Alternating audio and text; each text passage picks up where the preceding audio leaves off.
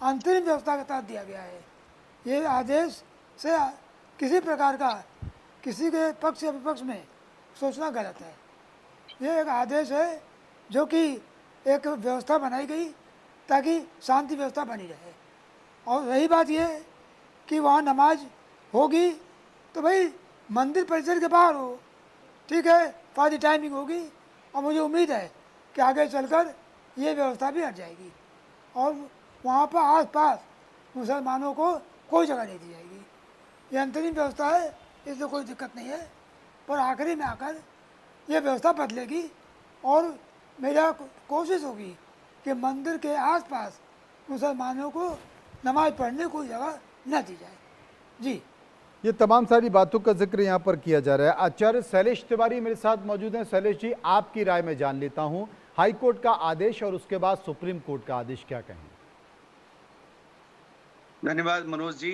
जी देखिए, परमार वंश के राजा भोज, जिनका हम लोग लोकोक्ति में भी चर्चा करते हैं, उन्होंने 1024 में जब मंदिर का निर्माण किया, उस समय मस्जिद नहीं थी और उस समय भारत में मुसलमान लोग भी उतना ज़्यादा नहीं थे। तो वह हमारा आधिकारिक स्थान है जहाँ पर माँ सरस्वती की वंदना पूजा होती आ रही है और बीच में स्थितियाँ खराब हो गई थी। संस्कृत महाविद्यालय चल रहा था। जो माननीय हाईकोर्ट ने जो फैसला दिया वह अच्छा रहा और माननीय सुप्रीम कोर्ट ने भी एक बैलेंस फैसला दिया है। मंदिर परिसर के अंदर नमाज नहीं होना चाहिए और उसके कम से कम 500 मीटर की दूरी पर तो नहीं होना चाहिए ताकि अव्यवस्था वहां ना हो। बाकी सरकार कहाँ उन्हें जगह देती है उससे हमें कुछ भी लेना देना नहीं है। अंततः वह मंदिर मां सरस्वती की विद्यादायिनी देवी की मंदिर है। वह माननीय सुप्रीम कोर्ट के द्वारा पुनः स्थापित किया जाए, पुनः हमारा फैसला हमारे पक्ष में आए, क्योंकि हमारा आर्कियोलॉजिकल सर्वे ऑफ इंडिया जब रिसर्च करेगा तो पूरी तरह से मुझे पूरा विश्वास है, जैसे प्रभु श्री राम का राम मंदिर में आर्कियोलॉजिकल सर्वे ऑफ इंडिया आस्था के बल पर नहीं बल्कि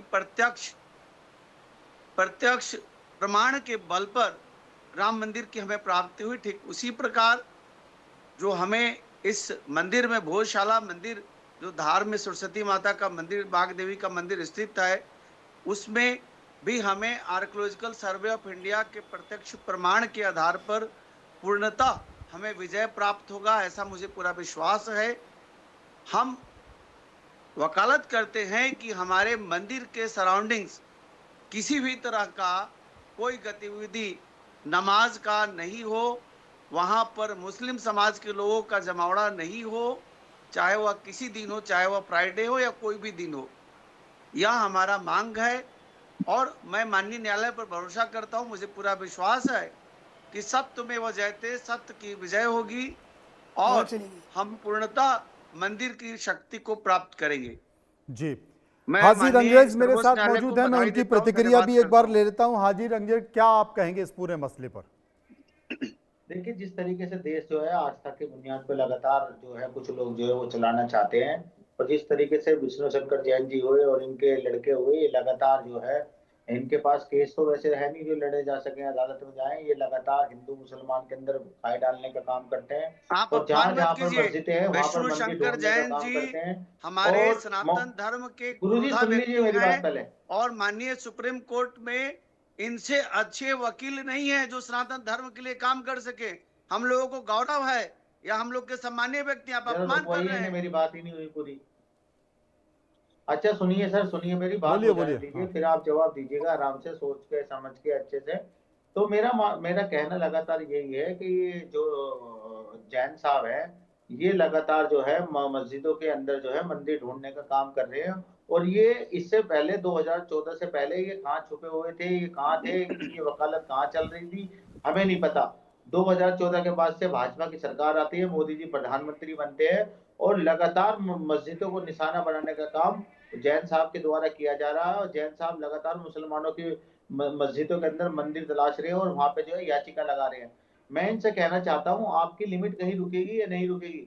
आपने कहा था कि बाबरी मस्जिद का मसला सुलझ जाए और फिर हम बात खत्म हो जाएगी। फिर ये प्लेसेस ऑफ वर्शिप एक्ट का क्या मतलब रह जाएगा? जब ये हर जगह, जब उसमें प्लेसेस ऑफ वर्शिप एक्ट जो बनाया गया था, कानून बनाया गया, उसके अंदर लिखा है जो 1947 में जो भी धार्मिक स्थान जिस स्थिति में थे उस समय, वो उसी तरीके से रहेंगे।